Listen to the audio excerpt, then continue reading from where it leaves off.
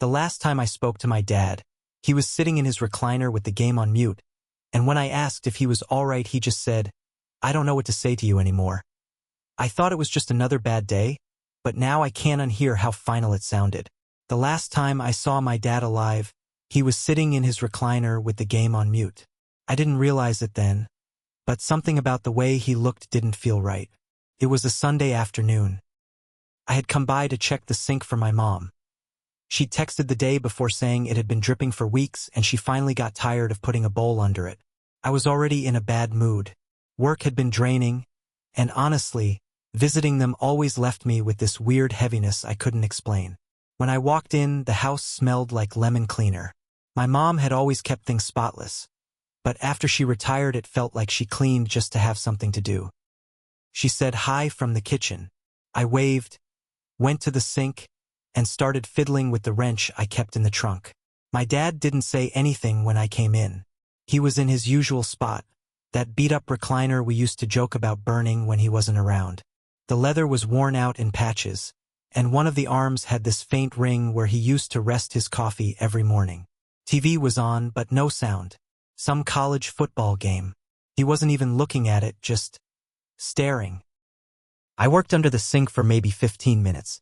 My back started to cramp up and I mumbled, "You'd think after all these years I'd get a real toolbox." No response. When I was done, I wiped my hands and walked into the living room. He hadn't moved. I said, "Hey, you good?" That's when he said it. "I don't know what to say to you anymore."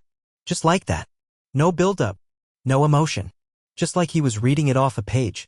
I stood there, frozen, my hands still wet from the faucet. I didn't know if I should sit down or walk out. I remember trying to laugh it off. "What do you mean?" I asked, trying to keep my voice light. "We talk all the time." He didn't respond, just kept looking at the TV. It hit me then that it wasn't really about talking. It was something else, something I didn't understand yet. After a few seconds, I said, "All right, well, the sink's fixed. I'll see you next week." He nodded once, still didn't look at me. I left thinking he was just having a rough day. He did that sometimes, went quiet when he got overwhelmed. I figured maybe something happened with Mom or at his job. Maybe he was tired. But I was wrong. The next day, I called my mom just to check in. She said Dad had been quiet all evening after I left. Didn't eat much. Went to bed early. I asked if he was upset about something. She paused for a second before saying, "You know how he is. He gets in his moods." Then she changed the subject. Asked if I was still seeing that woman from work. I wasn't, but I let her talk. I kept thinking about what he said. "I don't know what to say to you anymore." It stuck in my head like a splinter. I replayed it while brushing my teeth, while sitting in traffic, while staring at the ceiling at night. The way he said it, not angry, not sad. Just resigned. Like he'd already had the conversation 100 times in his head and finally gave up saying it out loud. I thought about calling him the next day, just to clear the air. But I didn't. I let it sit. I told myself we'd talk next weekend. Like always. But 2 days later, I got the call. It was early in the morning. Still dark out. I remember thinking it was weird to see Mom on my screen before 7 a.m. When I answered, she was crying so hard she couldn't get the words out at first. All she said was, "He's gone." I asked what happened. She told me she found him in the garage, sitting in the truck. Door halfway open. It was still running when she opened the door. She thought he'd left something running by accident. Then she saw him slumped over. The police ruled it a suicide. Left the engine on. Sat there quietly and let it happen. He left no note. No explanation. Nothing. I went back home that night and sat in my own car in the driveway. Just sat there, staring at the steering wheel, trying to picture what he must have looked like in those last moments. What he must have been thinking. If he'd hesitated. If he wanted someone to stop him. And then that sentence came back again. "I don't know what to say to you anymore." And the more I thought about it, the more I realized he wasn't just talking about that day. He meant in general. He meant years of silence, years of us walking around each other like strangers. He meant all the conversations we never had because both of us were too stubborn or too tired or too proud. And that's when the guilt started crawling in. After the funeral, people kept telling me, "He must have been in pain." Or, "There's nothing you could have done." I nodded, thanked them. But inside, I wanted to scream, because there was something I could have done. Could have stayed. I could have asked him what he meant. I could have pushed instead of walking away. My mom stayed strong through the service. At least that's what it looked like. She wore the same navy dress she wore to my cousin's wedding 2 years ago. Sat stiffly during the eulogy. Didn't cry until we got home, and even then, she did it in the laundry room with the door closed. A week after we buried him, I went back to their house. She asked me to clean out the garage. Said she couldn't even look at it. That garage was his place. Tools on the wall, an old radio covered in sawdust, a small beer fridge with 2 cans left inside. I didn't realize how many hours he must have spent out there. Alone. There was a notebook on the workbench. Just a plain spiral one. I don't even know what made me open it, curiosity maybe, or hope. Inside were lists, tool measurements, cut dimensions, car maintenance records. And in the back, maybe 3 or 4 pages of scattered writing. Not really a journal. Just random thoughts. One sentence hit me like a punch. He doesn't listen when I talk. He waits for me to be done. I read it 5 times before I could breathe again. He was talking about me. And the worst part is, he wasn't wrong. I always thought I was the reasonable one. The calm one. The son who had his life together. But the truth is, I never really heard him. I come around, fix things, make small talk, then leave before things got too real. We had surface conversations. Safe ones. I made it that way. I didn't want to hear about his struggles at work or his health, or how he felt like he didn't recognize himself anymore. I thought I was protecting him from burdening me. But really, I was protecting myself from the discomfort of knowing my father was more than just my father. He was a human being with cracks I didn't want to see. I started remembering things I had pushed away. Like that one Christmas where he barely said a word at dinner. Or the time he gave me that weird apology after we argued about politics, not because of the topic, but because I'd rolled my eyes when he spoke. Looking back now, it wasn't one big moment. It was a slow drift. Quiet and invisible. A growing space between us that I didn't notice until he was too far to reach. I didn't tell my mom about the notebook. I didn't know how. I just quietly slipped it into my backpack and brought it home. That night I read every word, every list, every sentence scratched in the margins. A lot of it was just mechanical stuff, how to rewire the garage lights, which paint he used on the back deck, dates when he changed the oil in the truck. But between those things, he'd left little pieces of himself. Like he was trying to hold onto something. One note said, "Try not to make her feel like she's failing. She already feels it." I knew he meant Mom.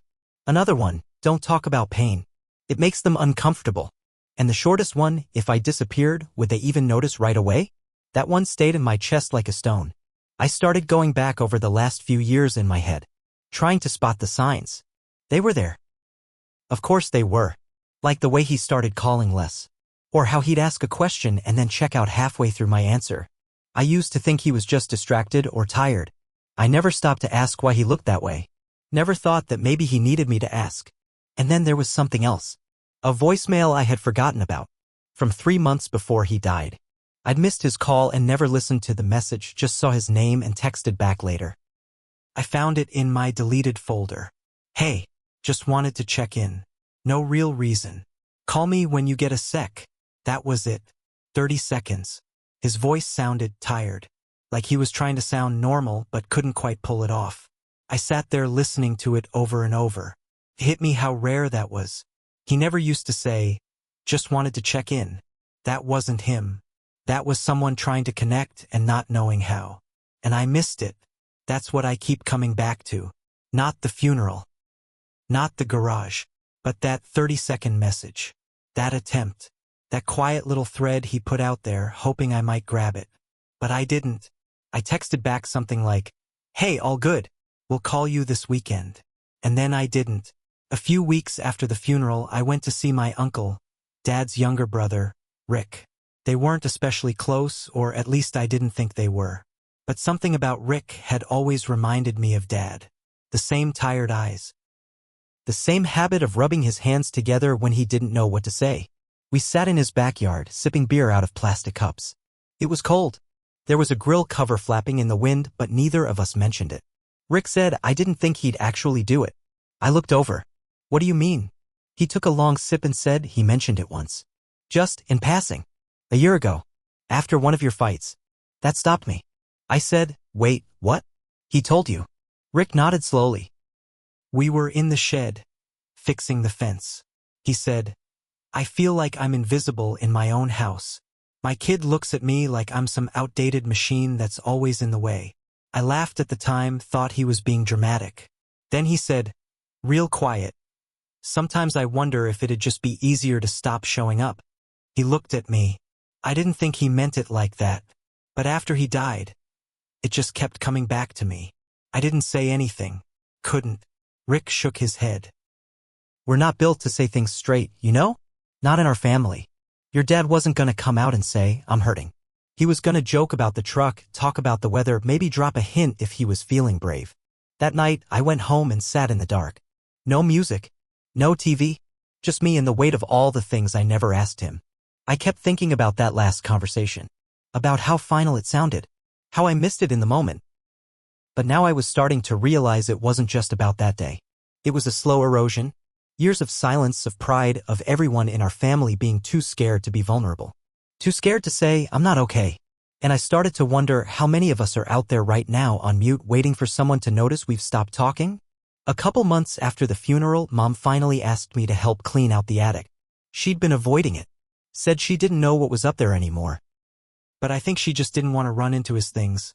Old jackets, photos, pieces of their life together that she wasn't ready to see. It was hot and dusty up there, even in winter. Boxes stacked high.